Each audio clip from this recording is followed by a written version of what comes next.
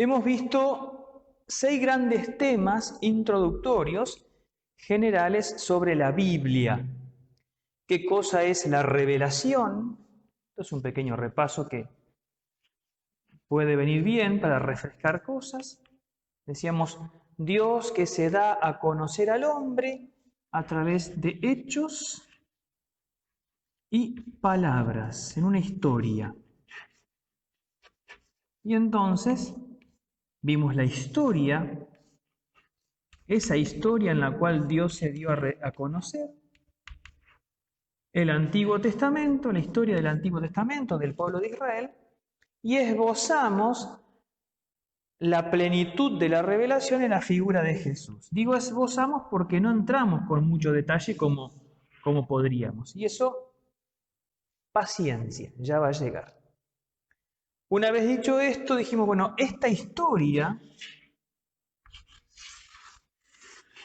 del Antiguo Testamento, la vida y las palabras de Jesucristo, fueron vistas y oídas. Estos hechos y palabras fueron vistos y oídos y fueron testimoniados. Hay gente que los vio, que fue testigo y que testimonió.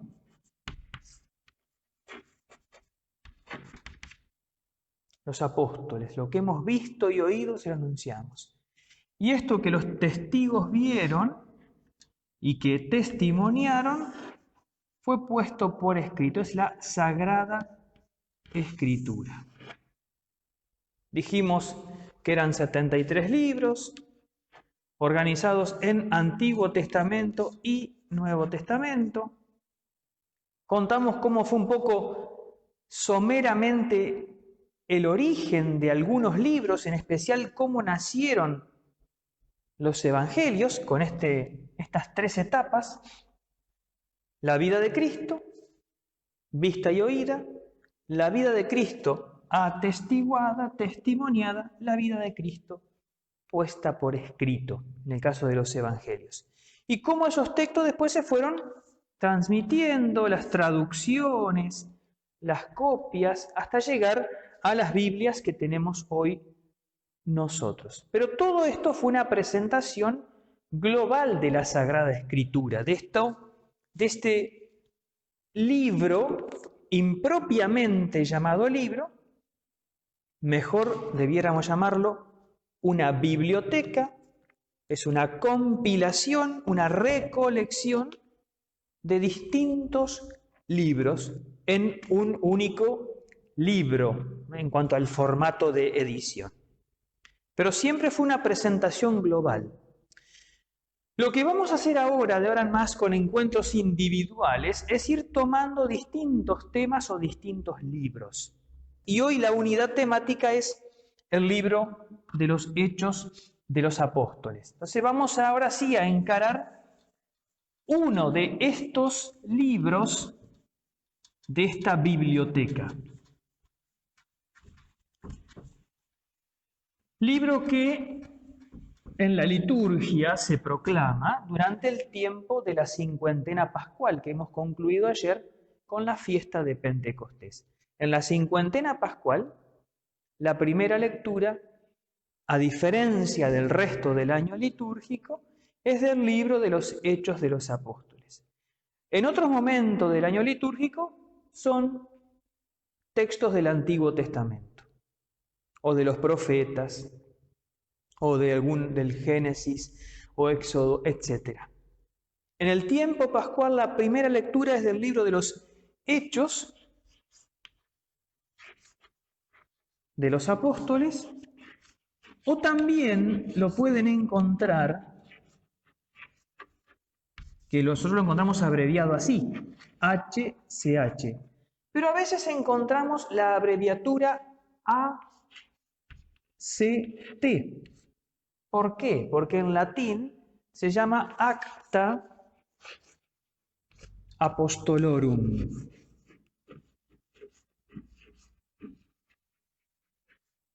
Que es lo mismo, los hechos de los apóstoles. Las actas son los hechos. Entonces, Este libro de los Hechos de los Apóstoles, yo lo adelanté ya en encuentros anteriores, está conectado íntimamente y en realidad formaban una única obra con el Evangelio de Lucas. Lucas y Hechos. Y vamos a verlo mirando ustedes busquen el libro de los Hechos de los Apóstoles, yo voy a leer el comienzo del Evangelio de Lucas, que ya lo he comentado en otro de los encuentros, pero vamos a retomarlo porque puede ser que vos recién te estés sumando, y vas a ver la conexión que hay. El libro de los Hechos comienza así. Perdón, el libro del Evangelio de Lucas, me corrijo. Muchos han tratado de relatar ordenadamente los acontecimientos que se cumplieron entre nosotros, tal como nos fueron transmitidos por aquellos que han sido desde el comienzo testigos oculares y servidores de la palabra.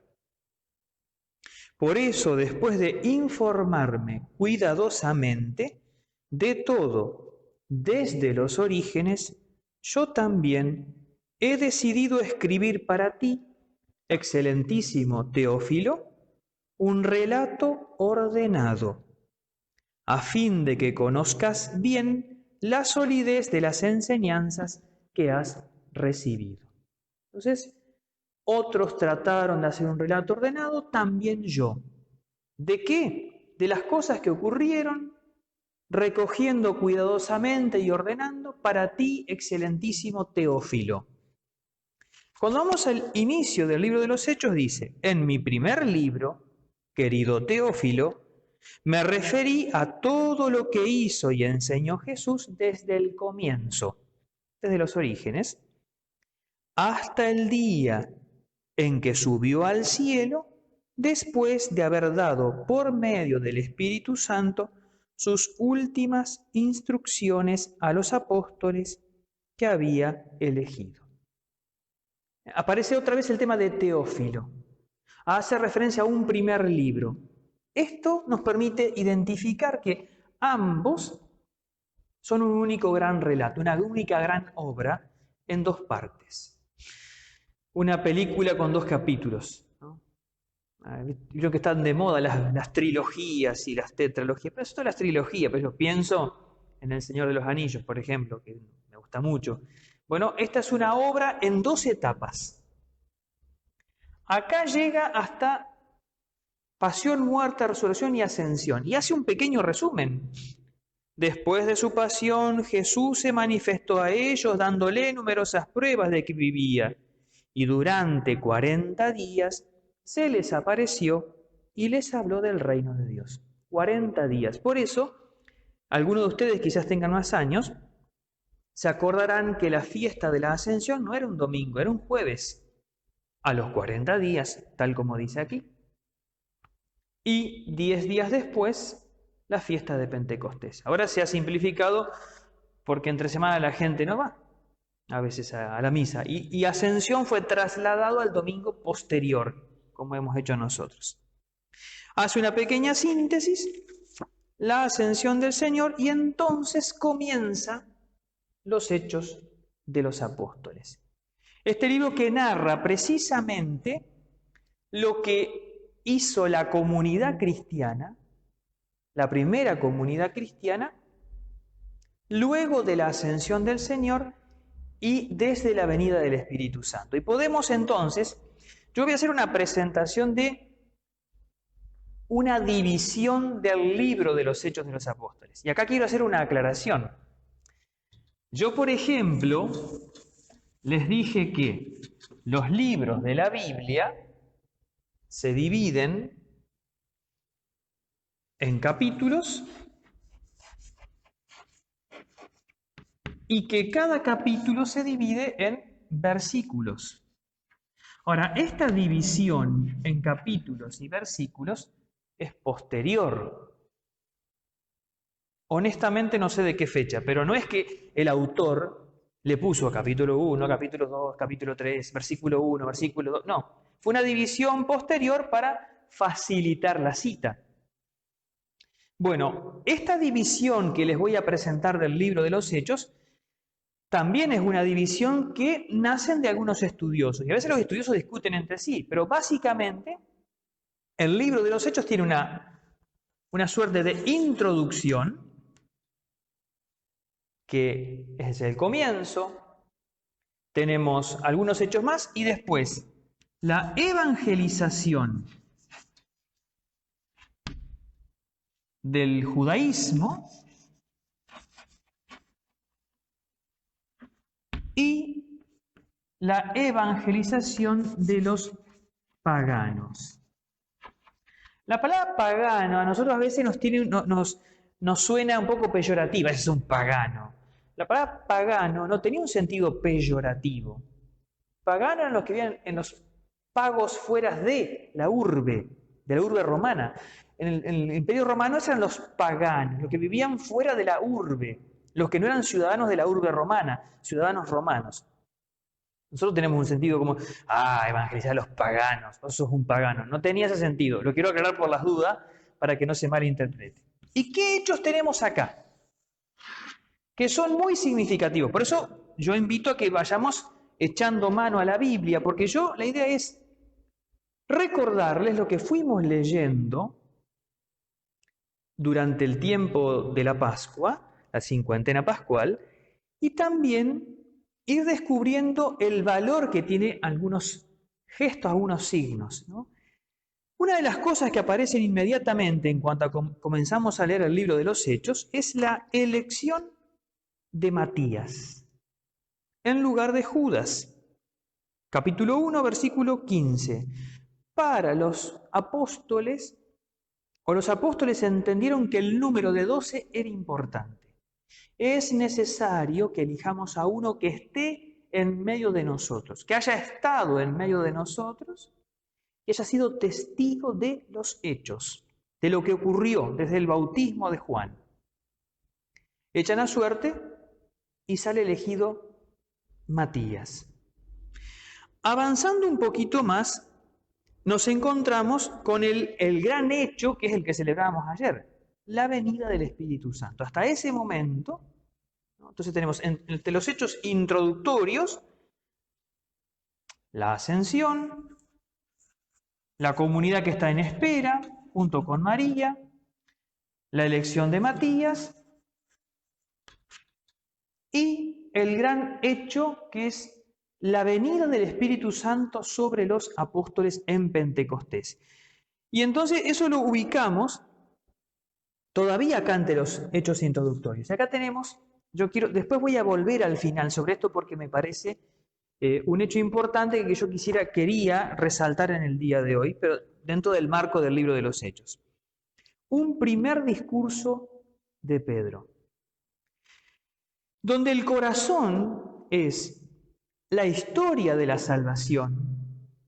Pedro de alguna manera les dijo a los que estaban mirando, les dio un gran curso bíblico, parecido a lo que yo hice con la historia, ¿no? Va narrando cómo Dios fue formando un pueblo y cómo envió el Señor a su servidor y cómo ustedes lo mataron, pero Él resucitó de entre los muertos. Y nosotros somos testigos de esto. Cristo murió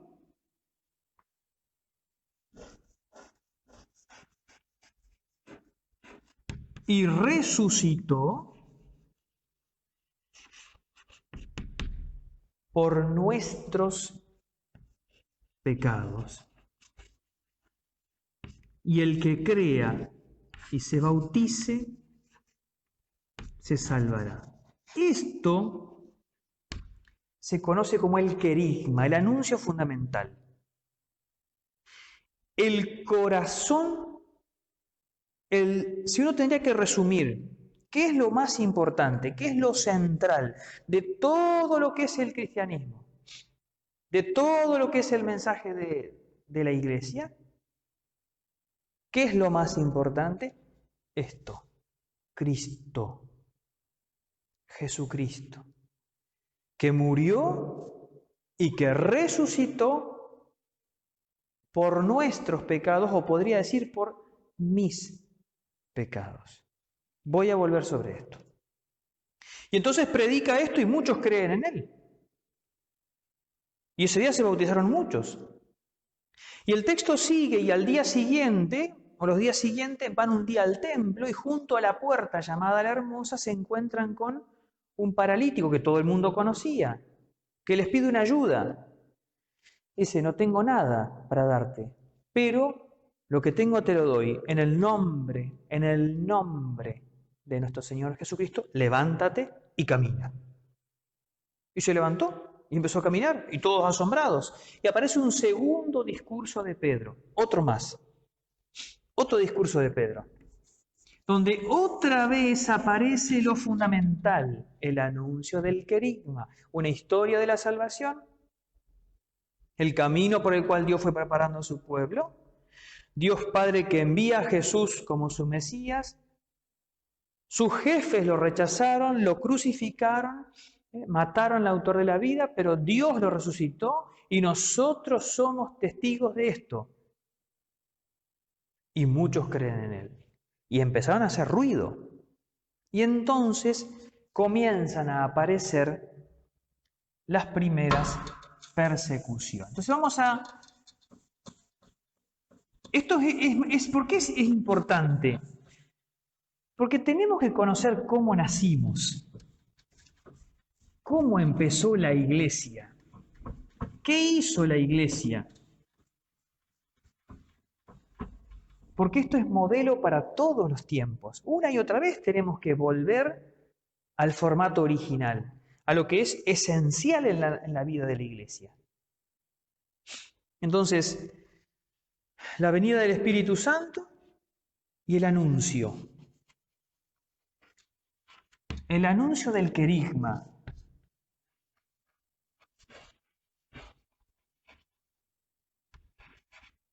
Que es el nudo de la cosa.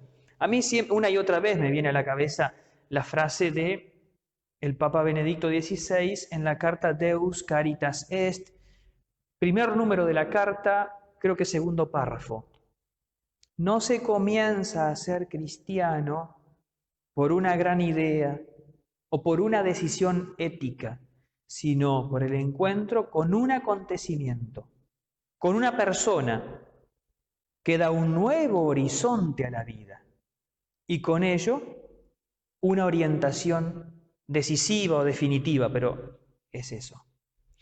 Lo que a uno le cambia la vida es encontrarse con el Señor, con Jesucristo, con una persona. Y eso es lo que anuncia el querigma. Cristo, Jesús, murió,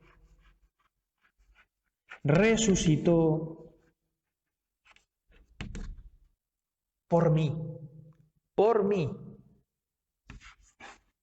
Acá está el nudo de la cosa. Este tipo hizo esto, con todo el respeto que Dios merece y Cristo merece, hizo esto por mí. Y yo creo en Él, confío en Él, me apoyo en Él y le sigo. Y esto lo empiezan a anunciar y empiezan a aparecer las persecuciones.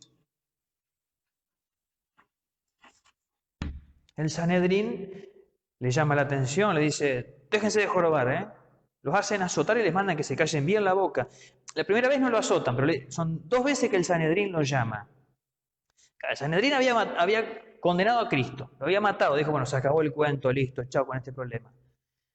Recordemos que lo narra Mateo, el Evangelio de San Mateo, los soldados le dicen, miren, estábamos ahí y desapareció.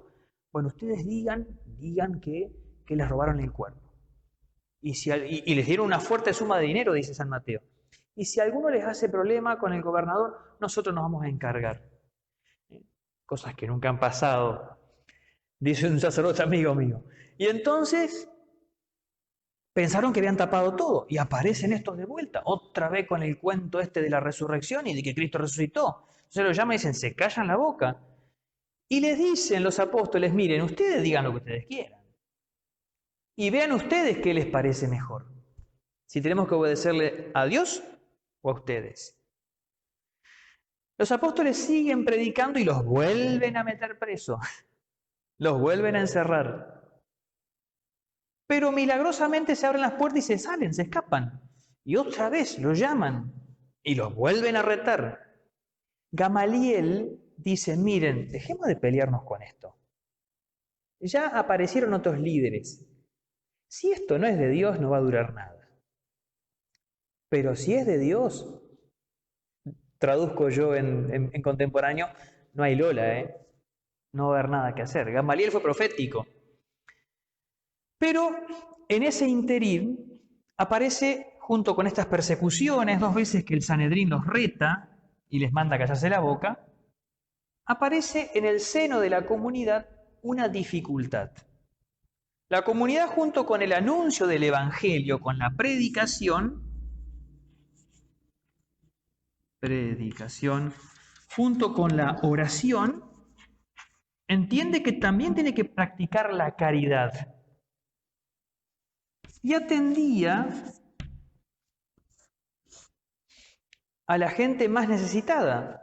No resulta nada extraño para nosotros. La caridad para con los pobres, con las viudas, que eran el prototipo de pobre. Y apareció un problema, que lo voy a... Me parece muy iluminador también para nuestro tiempo.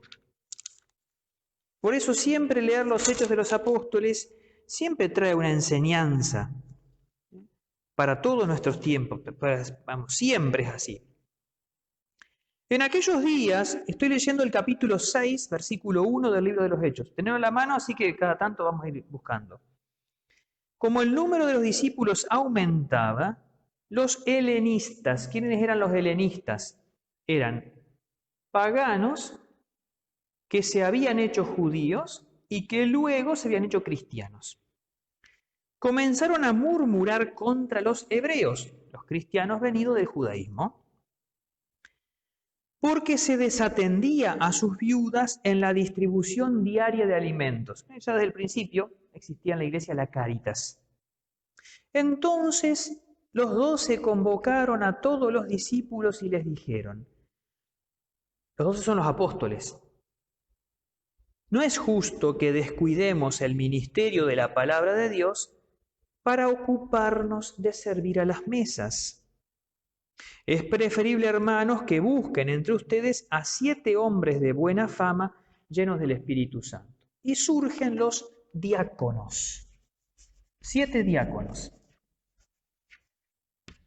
Los apóstoles entienden que, claro, las tareas empiezan a multiplicarse. Y está la oración, la predicación de la palabra y la atención de la caridad. Lo interesante y que es bueno tenerlo presente es que los apóstoles no dicen, bueno, tenemos que elegir una o la otra, enfrentar una o la otra. ¿Qué va a hacer? Tenemos que atender la caridad, la palabra quedará para otro momento. ¿Qué va a hacer? Hay que darle de comer a la gente, la oración quedará para otro momento. No, dijeron, ¿qué podemos hacer como comunidad y como iglesia? Organicémonos, somos muchos. Nosotros nos vamos a encargar de la oración y la predicación, que es importante porque el mensaje de Jesús debe ser conocido, y algunos de nosotros se van a encargar de esto otro. Y nace el diaconado.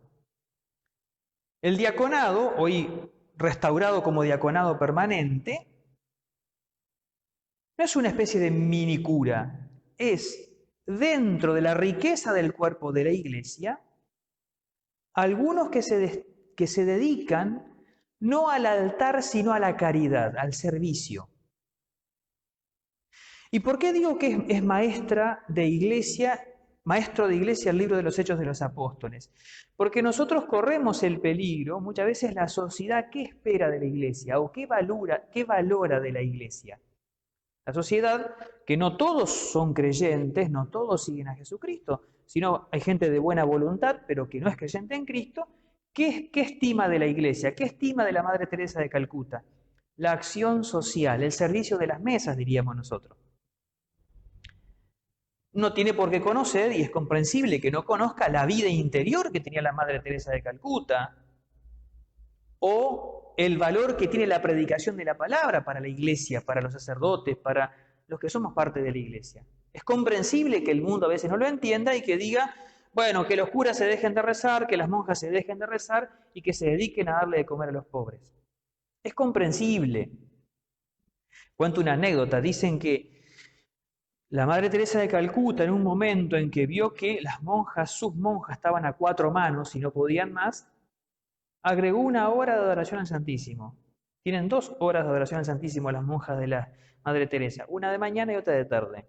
Cuanto más laburo, más rezan. Ahora, yo comprendo que a veces quienes están fuera de la iglesia esperen de nosotros solamente la acción social, pero nosotros que somos cristianos, que somos católicos, que hemos conocido la palabra de Dios y leemos el libro de los Hechos, este texto nos ilumina mucho. Cuidado cuando en el seno de la iglesia nos enfrentamos entre los que rezan y los que atienden a los pobres. Como si habría que optar por una. No, no hay que optar por una o la otra, sino las dos cosas. Este texto es muy lindo por eso, me parece siempre muy actual. Y entonces entre los diáconos eligen a Esteban. Esteban es uno de ellos. Y Esteban predica con una potencia, además de atender a las viudas y a los pobres, encima predicaba, con una vehemencia, y entonces aparece en el libro de los Hechos el martirio de Esteban, que tiene muchísimas similitudes con el martirio de Cristo. Eso lo encontramos en el capítulo 7, todo lo que es el martirio de San Esteban. Y ante el martirio, la lapidación, lo mataron a pedradas, fue testigo de su lapidación Saulo. Saulo es Pablo. Saulo era el nombre que él tenía. Tenía 2 nombres. Saulo, que era un nombre de origen judío porque él era fariseo, y Paulus, un nombre romano. Tenía doble ciudadanía. Ciudadano del Imperio Romano y también del pueblo de Israel fariseo. Saulo, dejaron los mantos en manos de Saulo quienes apedrearon. Y se produjo una violenta persecución, dice el texto. Y entonces, a causa de esa persecución, los cristianos que estaban en Jerusalén se dispersaron. Yo ahora voy a mostrarles, espero que el proyector me lo permita, un mapa de cómo esta persecución, bendita persecución, generó la evangelización. Para la iglesia, todo es una oportunidad, a veces más que una dificultad. O sea, acá, bueno, este es un mapa contemporáneo, ¿sí? Entonces vamos a ampliarlo un poquito. Acá tenemos los continentes, etc. La zona que les voy a mostrar está aquí, donde está dando vuelta el ratón, el mouse. Este es el mar Mediterráneo, el mar que está en el medio de la Tierra, de África, de Europa y del cercano Oriente. ¿Sí? Vamos a avanzar al siguiente. Y este es el mismo mapa, pero más cerca. ¿Ven? Este es el mar Mediterráneo. Ahí está la bota, que es Italia, donde está el ratón moviéndose. Esto es lo que conocemos como Grecia. Y aquí, donde estoy dando vuelta con la flechita, ahí dice Palestina. Vamos a acercarlo un poquito. Ahí tenemos. Y lo voy a mostrar. Ahí tenemos el río Jordán, o por ahí corría el río Jordán. Acá donde está el puntito es el mar de Tiberíades, y acá abajo el mar Muerto. Y en el medio todo el río Jordán. Jerusalén, Cesarea, Damasco. Acá arriba Antioquía. Hasta este lugar de Damasco iba San Pablo a buscar a los cristianos para matarlos. Y vamos a avanzar a la siguiente. Fíjense cómo, desde este puntito, que era Jerusalén, acá fueron elegidos los 7 diáconos. En este lugar predicó Pedro 2 veces. En este lugar los retó 2 veces el Sanedrín. Pero ante la violenta persecución, cuando lo matan a Esteban, los cristianos huyen. Y bendita sea la huida que lo llevó a Samaria, a Damasco y acá a Antioquía. Así, porque para Dios todo sirve, el Evangelio empezó a expandirse, o mejor dicho, los creyentes empezaron a expandirse. Y comienza la difusión del Evangelio. Yo ahora voy a dibujar el mapa distinto. Acá está el delta del Nilo. Acá tenemos el mar de Tiberíades, el río Jordán y el mar Muerto. Y entonces, desde aquí, desde Jerusalén, comienza a expandirse y se da primero la evangelización del judaísmo, yo les decía. Porque al principio los cristianos entendieron que el anuncio de Jesús era para aquellos que venían del judaísmo, es decir, sea que eran judíos de raza, sea que eran hebreos que se habían hecho judíos, que se habían hecho circuncidar y luego se convertían en cristianos. Pero poco a poco empezó a surgir en el seno de la comunidad cristiana el planteo. El mensaje de Jesús, ¿es solamente para aquellos que están en el judaísmo? ¿Aquellos que se han hecho primero de la religión judía? ¿Qué pasa con los paganos? ¿Qué pasa con los griegos? Dicho así en sentido más amplio.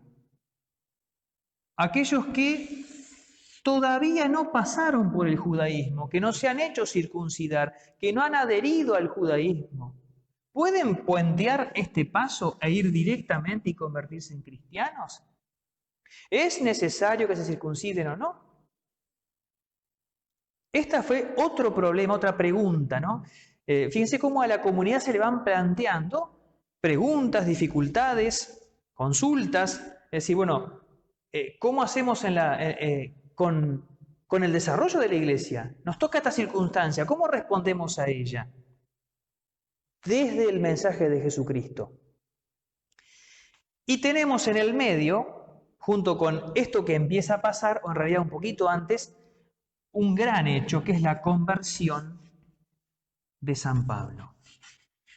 Yo les conté que en el martirio de Esteban, durante el martirio de Esteban, los que lapidaron a Esteban dejaron a los pies de uno llamado Saulo sus mantos, y que Saulo aprobó la muerte de Esteban.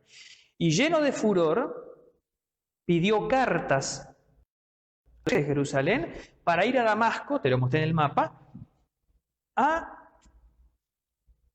traerse los cristianos que estuvieran en Damasco, con lo cual esa dispersión que se había producido desde Jerusalén también había llegado a Damasco.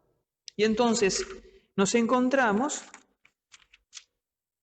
en el capítulo 9 con este hecho.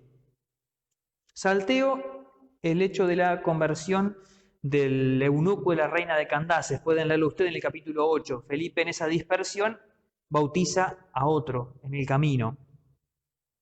Pablo de camino, yendo a Damasco, cae cegado y escucha: Saulo, Saulo, ¿por qué me persigues? ¿Quién eres tú, Señor?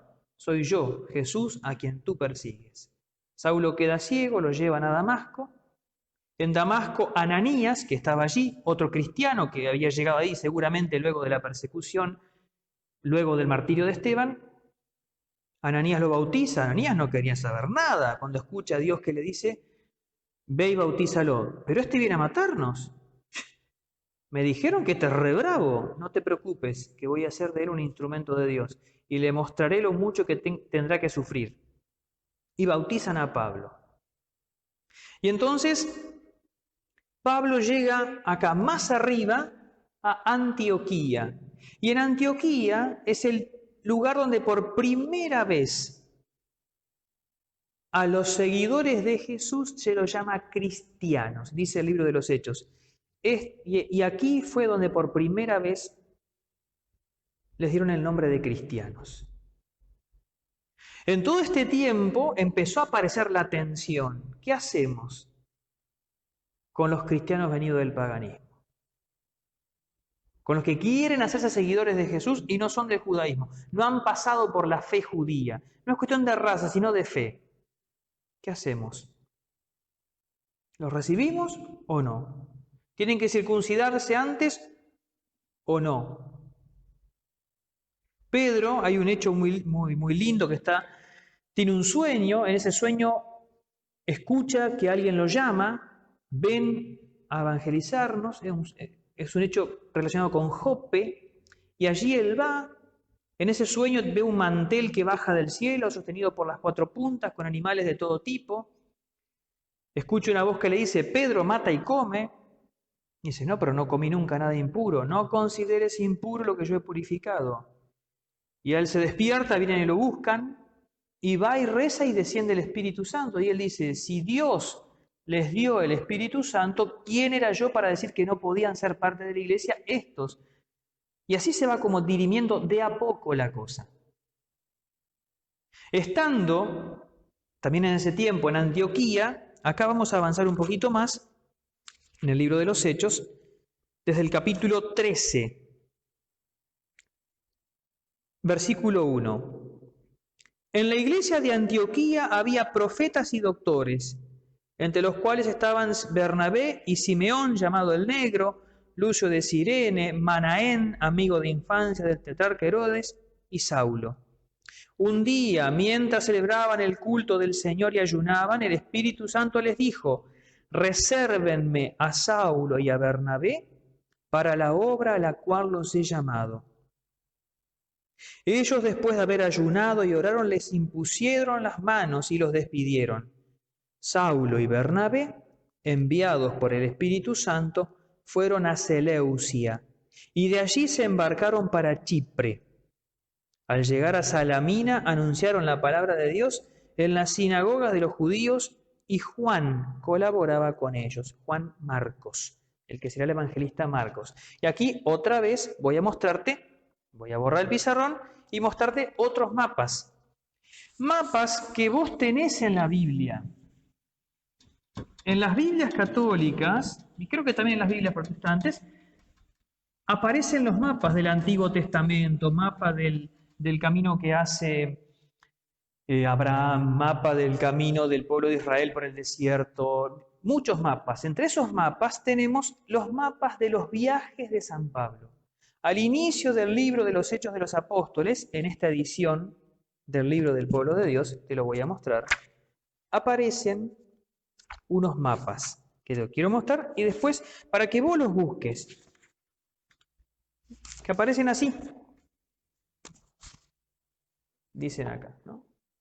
Ahí tenés. En la parte superior, primer viaje de San Pablo. Abajo, el segundo viaje de San Pablo. Y dando vuelta a la hoja nos encontramos con el tercer viaje y el viaje definitivo. Estos viajes, en realidad Pablo se convierte de ahí en adelante en un evangelizador itinerante, ¿no? Que va recorriendo distintos lugares. Ese primer viaje que te mostré en el mapita recién es el que inicia con ese texto. Estaban rezando en Antioquía y entonces entienden que Dios le pide que ese mensaje no puede quedar allí, tiene que ir más allá. Y empieza a recorrer lo que hoy conocemos como Grecia. Te voy a mostrar unos mapas con imágenes, otra vez. Este es el mapa.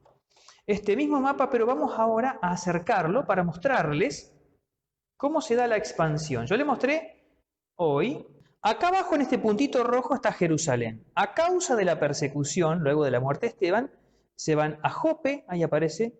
Aquí Pedro se convenció de que el evangelio era para los no judíos lo mismo que para los judíos. En Samaria, Felipe.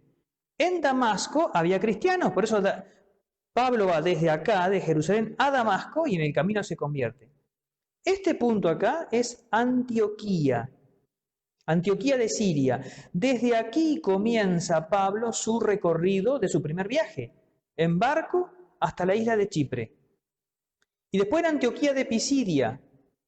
Y acá empiezan a aparecer nombres que a ustedes les van a empezar a sonar de algunas partes.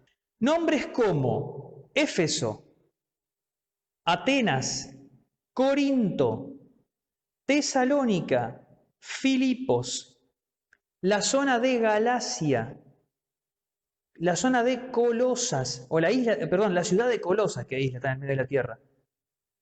Todos estos lugares son lugares que fue recorriendo apostólicamente el apóstol San Pablo, acompañado de Silas, acompañado de Bernabé, acompañado de Juan Marcos, que luego se separaría de él, acompañado de Lucas, porque Lucas, cuando narra lo que narra, lo hace porque él ha sido compañero de viaje de este apóstol.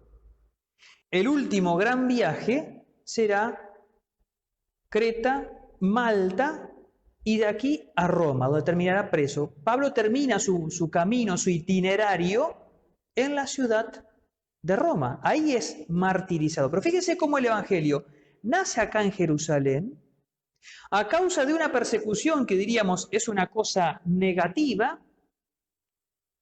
Tienen que irse, y bendito sea Dios porque empieza a expandirse, y acá movidos por el Espíritu Santo comienza la evangelización y recorre todo esto lo que sería Grecia, Turquía hoy, y finalmente, como a Pablo lo persiguen y lo tienen acusando y él era ciudadano romano, apela al César y tiene que ser juzgado por el César y marcha al imperio. Así llega a Roma el Evangelio, el mensaje de Jesucristo. El libro de los Hechos va narrando entonces cómo el Evangelio llega o parte desde Jerusalén,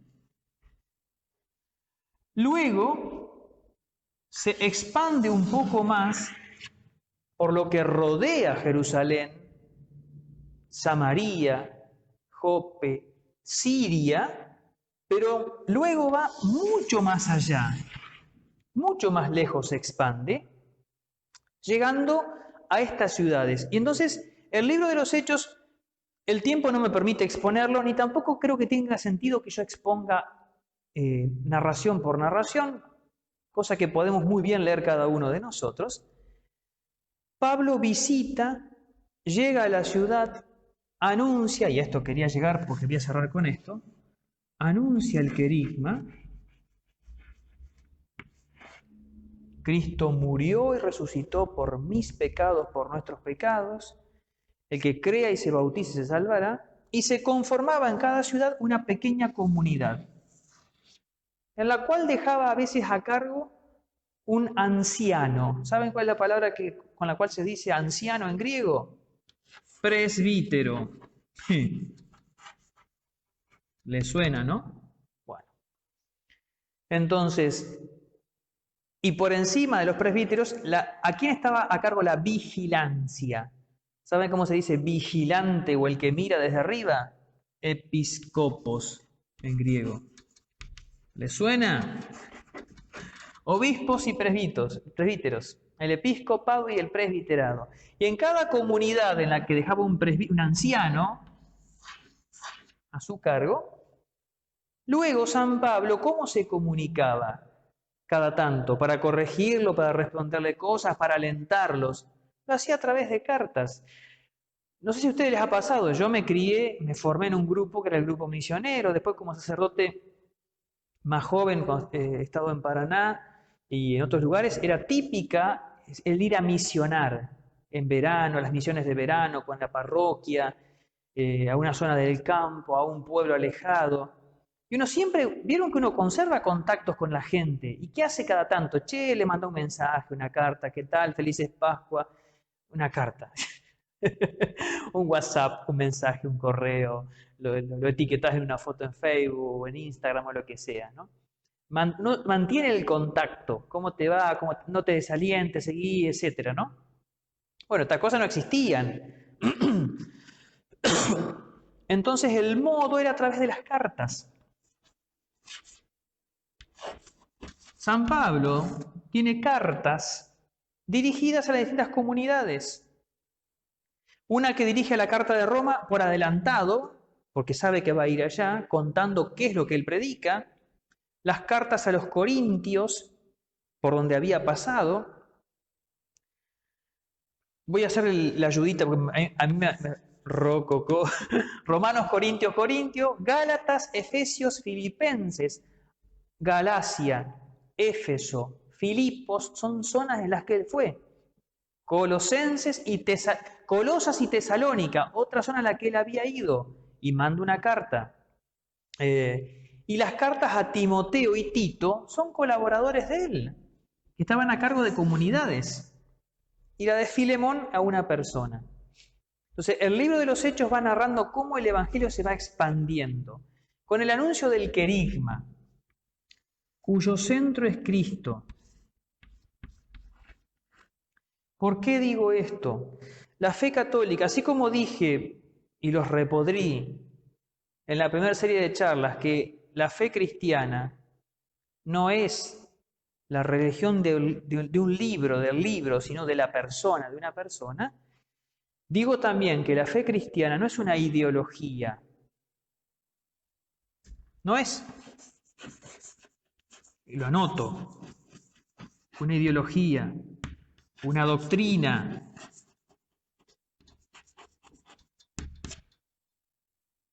una forma ética.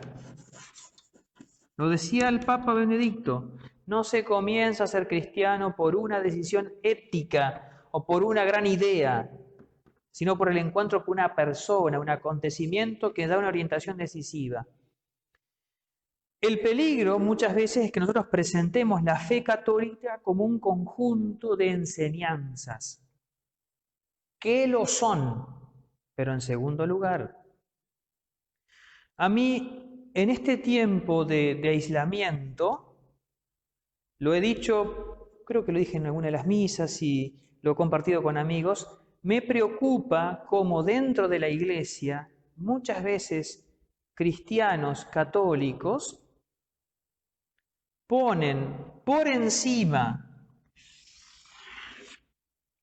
o al nivel de Jesucristo a personajes humanos, líderes políticos, de uno y de otro signo. Yo no tengo bandera política, no tengo postura política, pero me llama la atención cómo a veces se defiende de un modo notable a un líder, el que pasó o el que está ahora, porque lo he visto de todos los bandos, ¿no? Lo diré con nombre y apellido, católicos macristas o católicos peronistas. No tengo nada en contra de los valores que tiene cada uno de sus partidos políticos, sus cosas positivas, etcétera, ¿no? Pero para nosotros claramente siguen siendo personas humanas, con sus límites, con sus aciertos y con sus desaciertos, y para nosotros sigue siendo fundamental que aquello que nos une, ¿y por qué digo esto? Porque a veces entre cristianos nos peleamos entre nosotros por este tema, pero mal, con una pasión que me sorprende, ¿no? Y entonces nos viene bien volver a recordar que para nosotros el nudo de la cosa es el encuentro con Jesucristo, con el Señor. Él es el Señor. Él está por encima de todos, ¿no? Por encima de los gobernantes, por encima de los líderes deportivos, los líderes musicales. Una y otra vez tenemos que decírnoslo, recordárnoslo, porque siempre corremos el peligro, y especialmente en Argentina, de seguir líderes humanos. Siempre fuimos muy caudillistas en la Argentina, ¿no? Hemos seguido siempre líderes, que San Martín, que Belgrano, que Urquiza, que Rosas, que Quiroga, que Sarmiento, que Roca, que Ilía, y así, ¿no? No quiero venir más cerca para que no se me enojen, pero en el ámbito deportivo también, que Messi, que Maradona, que Ginóbili, que buscar siempre un Mesías humano al cual depositarle todo, ¿no? Entonces, para nosotros el Mesías es el Señor. En Él se juega todo para nosotros. De Él viene la salvación para nosotros. Él es el que realmente nos salva. Y en nuestra vida espiritual, el gran desafío es una y otra vez creer en Jesús. Una y otra vez poner y apoyar nuestra vida en Jesús. Y encontrarlo donde está. Por eso es que está muy bueno que estos encuentros bíblicos van de la mano de la liturgia. La liturgia es el lugar donde uno lo encuentra a Cristo, por antonomasia. Allí está, esencialmente. O sea, nos pone en contacto con Cristo. ¿Vos querés encontrarte con Jesús? La liturgia te lo hace presente. Hoy está allí, ¿no? En la liturgia. Por eso es importante conocer más de la liturgia y bueno, y eso estamos haciendo en el otro curso que va como en paralelo. Muy bien, por hoy, más o menos para presentar el libro de los Hechos me parece suficiente. Si por ahí hay preguntas o inquietudes que hayan quedado, me las mandan, repito, por privado, por mensajito privado. Y nos volvemos a encontrar el próximo lunes con otro tema que ya les vamos a ir avisando a través de la página del Facebook de la parroquia.